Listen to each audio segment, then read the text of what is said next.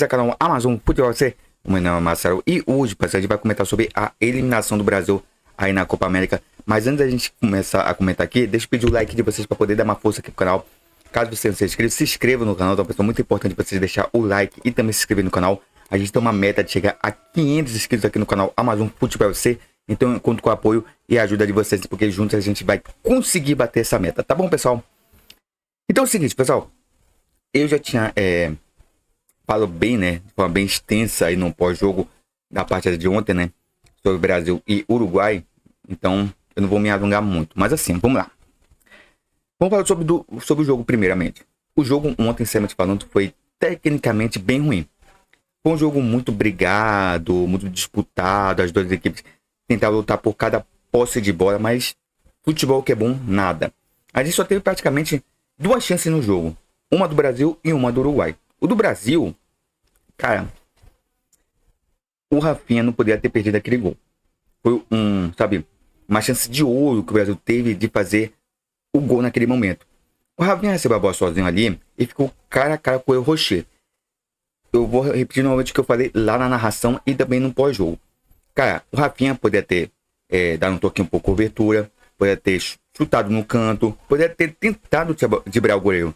Mas não. O que ele preferiu? Preferiu fazer o chute. Só que o chute dele foi praticamente no meio do gol. Praticamente ele praticamente acertou o Rocher. Onde o goleiro estava. E o Rocher foi lá também, teve seu mérito, né? Saiu bem no gol e fez a defesa. Mas é o tipo de gol que não pode perder no tipo de jogo como que era aquele Brasil e Uruguai de ontem. Porque é um jogo muito amarrado, sem criatividade. O Brasil não conseguia armar jogadas boas, né? Não tinha uma organização ofensiva. O Brasil tava uma bagunça, essa é a verdade. Tanto é que eu chamei a atenção muito por alguns lances aí na partida, durante a narração mesmo. Porque o Brasil ia cobrar um tiro de meta, o Marquinhos ia cobrar o tiro de meta, tocava pro Alisson e o Alisson pegava e mandava pra frente. Fazia aquela ligação direta entre defesa e ataque. Foi justamente o Endrick e o Rafinha se viraram na frente para poder pegar a bola. E também o Rodrigo, né? O Foranês, né? Muito mal. Rodrigo muito mal na partida. Rafinha também muito mal na partida. O Endrick também, também não fez nada no jogo, né? Teve um chute de fora da área que ele chutou fraco. E o goleiro da equipe uruguaia foi lá e defendeu. Mas fora isso não teve mais nada. Realmente o trio de ataque do Brasil muito mal ontem. Mas pior do que ele foi justamente o meio de campo. O Brasil não tem meio de campo. O Brasil não tem um cara que pega a bola ali e orquestra, né, as jogadas. Não tem aquele cara realmente cérebro ali que pega e sai distribuindo as bolas para poder armar bons ataques. Não tem isso. O Paquetá muito mal ontem. O João Gomes também muito mal. O João Gomes, assim, ele é um jogador jovem ainda, né? É um jogador que foi promessa no Flamengo, tanto é que jogou muito bem pro Flamengo. Vem jogando muito bem ali na Inglaterra. Mas, sinceramente falando, eu acho que para a seleção brasileira não dá, né? Não dá. Porque ele é um jogador que bate demais, né? Ele distribui pancadas. É um tipo de jogador que ele é bom, mas ele é muito esquentado. Ele geralmente entra com jogadas muito, no caso de entrar, né? Batida muito forte no time adversário. E geralmente ele sai de uma partida com cartão amarelo. Então é um tipo de jogador que ele destrói jogadas, mas não constrói. Muito bom também o seu Bruno Guimarães ontem. Também como já falei do Paquetá, né? Paquetá também muito mal. Paquetá que era para ser esse homem, né? Era para ser aquele cara que pegasse a bola e saia destruindo, né? Fazendo toques e tudo mais. Só que também muito mal o Paquetá, né? Muito tentativa de jogar de efeito, mas não era efetivo, né? Era efetivo para poder construir jogadas. E o Uruguai também me decepcionou ontem. Eu achei que o Uruguai poderia ter jogado bem melhor ontem. Tanto é que vinha demonstrando um bom futebol até chegar esse jogo contra o Brasil. E o time do Uruguai se preocupou mais em bater, em fazer catimba, que era a velha catimba uruguaia, do que jogar bola em si. Só teve uma oportunidade na partida, principalmente foi com o Darwin Núñez, depois de um cruzamento. O Darwin Núñez estava sozinho na grande área. Erro de marcação do Brasil. Os zagueiros do Brasil também muito mal. E ele cabeceou e a bola, por muito pouco, não foi pro gol, né? O Alisson praticamente já estava vendido. Falando no Alisson, né? O Alisson também... Sabe, o Alisson, durante toda a Copa América, ele tinha alguns momentos que ele não passava confiança. O Alisson, ele é um bom goleiro. Sim, ele é um bom goleiro. É um goleiro que já foi dito com um dos melhores goleiros do mundo ali. Mas, sinceramente, na seleção, não foi, né? Não foi. Acho que já tá na hora de dar a chance aí pro Ederson, que eu acho melhor do que o Alisson. O Alisson, nas começos de pênalti, até que foi bem. foi pro canto certo, né? Ele acertou a maioria dos cantos aí e defendeu um pênalti, né? Finalmente, né? Depois de quase mais de 8 anos, né? Praticamente 2018. Não, 8 anos já estão.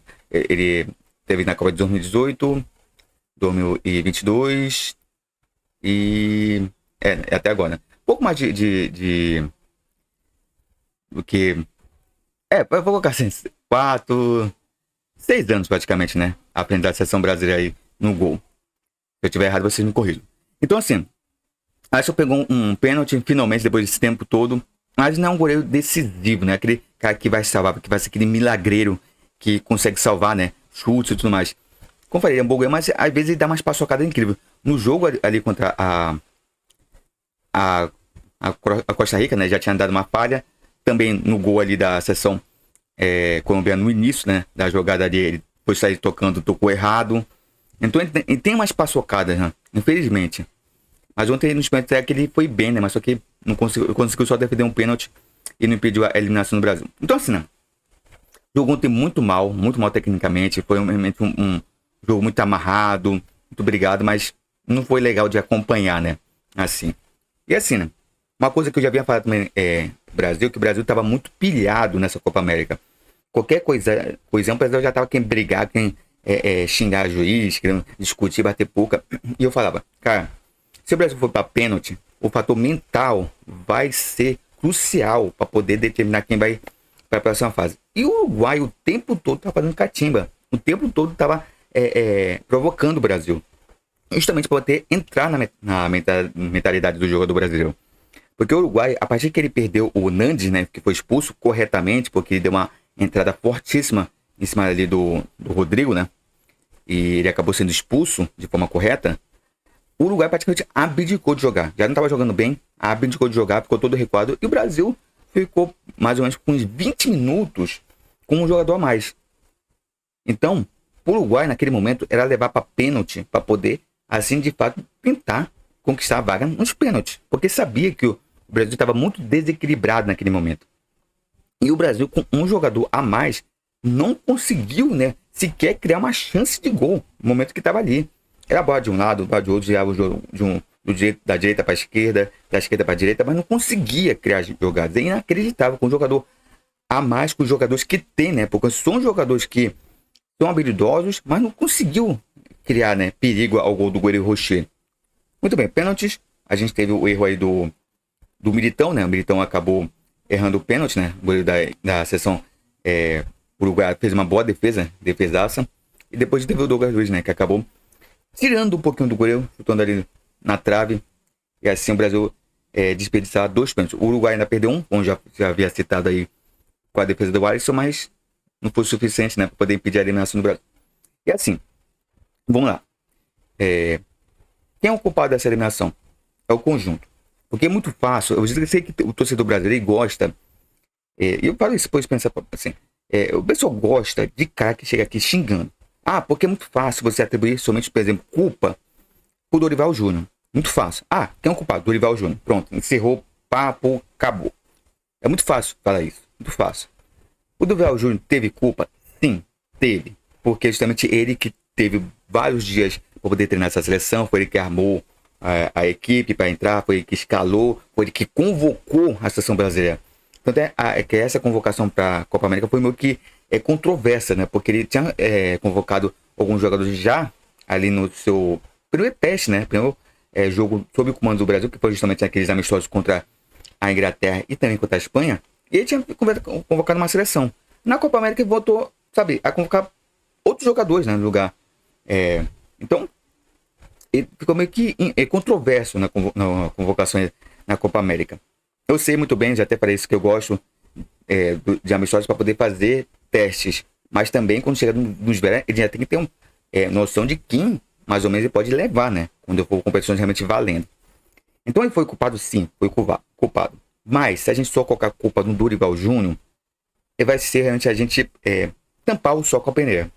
Porque aí, por exemplo, tira o Dorival Júnior. Beleza, vamos demitir o Dorival Júnior. Legal. E aí, quem vai entrar no lugar do Dorival Júnior? Provavelmente vai ser outro técnico no Brasil. Vamos pegar um aí e tentar ver se ele aceita o cargo da seleção. Porque Principalmente para tirar técnico estrangeiro, eu acho muito complicado. Muito complicado. Até porque eu vou fazer uma pergunta para vocês. Vocês acham que por que o Ancelotti negou comandar a seleção brasileira? Deixa aí nos comentários o que vocês acham que por que ele negou. Eu sei a resposta, né? Porque somente ele viu a bagunça que o Brasil tá, né? Ele viu. Porque assim, né? Porque vocês também pensam, pode pegar, porque o Ancelotti não quis trabalhar com esses jogadores fracos, jogadores tecnicamente fracos, mas, pô, mas se você pegar o Ancelotti, ele é técnico do Vinícius Júnior, do Rodrigo e do Militão. Então, por que lá no Real Madrid, ele treina os caras jogam bola? E porque ele não quis treinar a seleção brasileira, tenta a disposição desses caras. Porque não é jogador em si, é tudo por trás. E aí que a gente entra a complexidade que eu tinha falado para vocês lá no começo e que eu vinha comentando também durante a partida e também no pós-jogo. Porque, se a gente atribuir somente culpa no Dorival Júnior, é muito simples e a gente foge do que realmente são os culpados. Porque o Brasil foi limado, mas isso foi reflexo de toda a bagunça estrutural que o Brasil é. Assim, CBF é realmente uma bagunça. Tanto é que isso daí foi um mau planejamento da CBF, do seu presidente, porque todo mundo sabia que o Tite não iria ficar na seleção brasileira desde lá antes, eu acho que de começar a Copa do Mundo, que ele já dizia que já não queria ficar mais aí sob o comando da seleção brasileira. Seria a última Copa do Mundo que ele estaria à frente da seleção. E desse momento em diante já era para ter planejado verificar a situação de técnicos que saíram à disposição para poder treinar o Brasil. Então já é para ter corrido atrás, conversado com alguns técnicos para ver quem estaria à disposição para poder ser o novo comandante da seleção brasileira. Mas não, vai passar a Copa do Mundo, terminou a Copa do Mundo, o Brasil foi eliminado pela Croácia, beleza. Aí tá, quem escolhe como técnico? O Ramon. Ramon que é técnico da base, da seleção de base. O cara não foi bem, né? Começou a sofrer revés aí e acabou não. Vamos tirar o Ramon e vamos colocar um outro treinador. Aí veio a história do Ancelotti. O Ancelotti somente disse que poderia assumir o comando do Brasil, mas só que o Brasil teria que esperar 1 ano e meio. Isso foi ano passado. Então o Brasil teria que esperar 1 ano e meio. Ia ter que esperar até mais ou menos agora nessa época para poder verificar se o Ancelotti ia aceitar o comando da seleção ou não. Mas só que o Ancelotti, ele o tempo todo falando, não, o meu compromisso é com o Real Madrid. Eu sou funcionário do Real Madrid. E o presidente da CBF falava, não, porque o Ancelotti está compromissado, porque ele vem para a seleção brasileira, eu já conversei com ele, já tá tudo certo. Só que a gente vai ter que esperar esse tempo todo. O que é absurdo, né? Porque uma seleção que tem competições importantíssimas nesse meu tempo aí, de 1 ano e meio, não podia esperar por um técnico. Principalmente não tendo certeza se realmente ele ia aceitar ou não. Porque é a palavra do Ancelotti contra a palavra do presidente ali da CBF. E o tempo todo o Ancelotti falando que não tinha nada com a seleção brasileira. E no final das contas, né, resumiu toda a novela, o Ancelotti não veio. Renovou com o Real Madrid. Certo ele, porque ele com certeza sabia que ele não ia ter condições realmente de pegar e implementar o que ele queria na seleção brasileira. Porque ele viu a bagunça, ele sabe muito bem que implementar uma bagunça de forma estrutural a CBF. Então por isso que ele não aceitou. E ele foi esperto, preferiu ficar num time onde ele tem toda a segurança, todo o resguarde de fazer um bom trabalho. Diferente do que tá aqui essa bagunça. Então, o fracasso do Brasil tem muito por causa de falta de planejamento, falta de preparação, de uma bagunça estrutural da CBF, porque, cara, ter um técnico contratado para ser tampão numa seleção eu nunca tinha visto. Contratar o Diniz para ser tampão, contratar um cara que sabia muito bem que não ia ficar sob o comando da seleção. Eu achei até bom pro Diniz, do lado pessoal, porque ele podia muito bem aprender alguma coisa.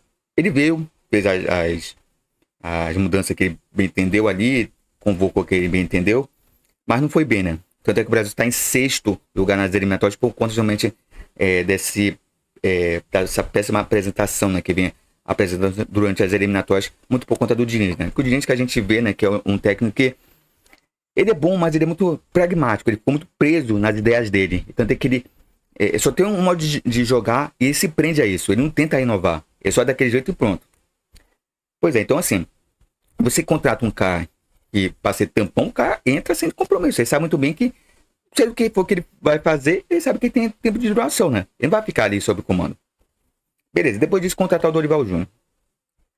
Aí pra ver a bagunça, né? Então assim, o Dorival Júnior, como eu falei, ele é culpado sim, ele é culpado. Tanto é que se ele for demitido hoje, eu duvido aí, se não vai ter um monte de time que vai correr atrás do Dorival Júnior.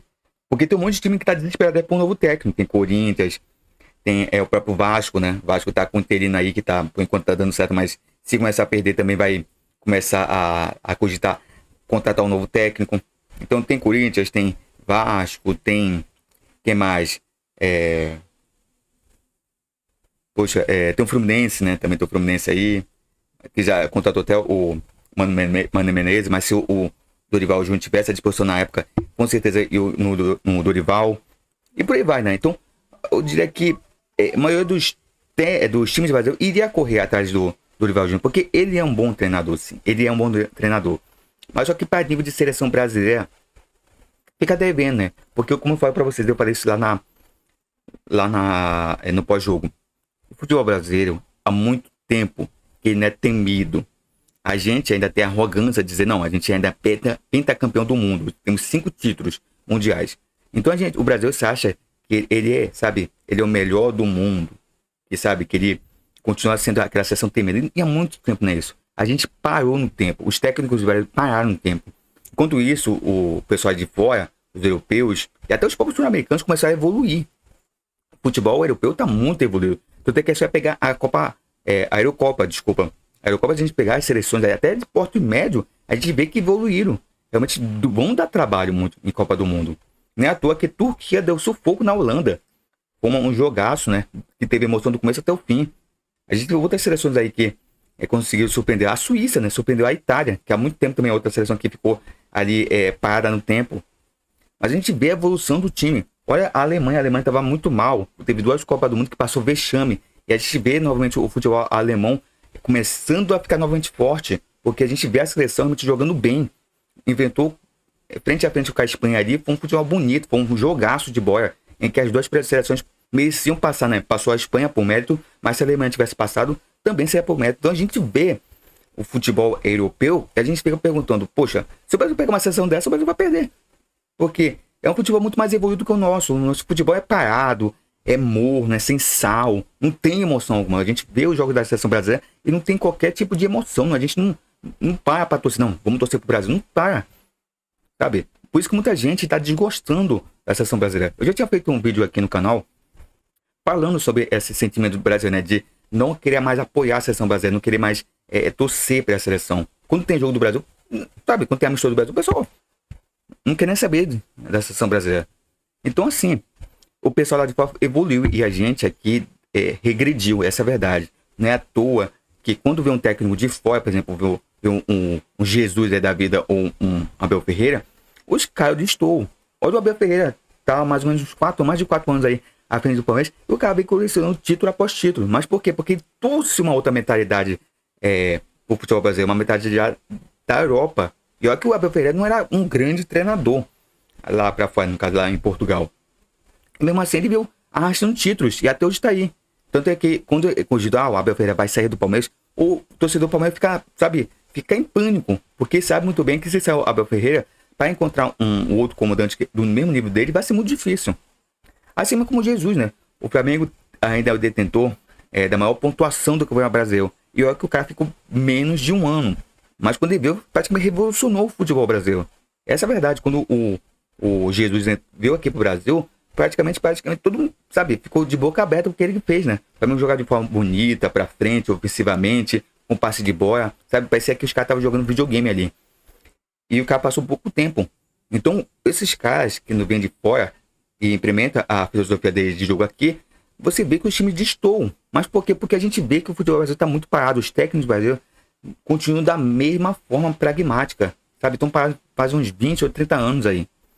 Então, se a gente não tiver uma evolução mental de que a gente precisa aprender, tanto taticamente como tecnicamente também, a gente não vai nunca mais ganhar uma Copa do Mundo. Como o pessoal fala, quem viu o Brasil ser campeão do mundo, né? Porque não vai ver mais.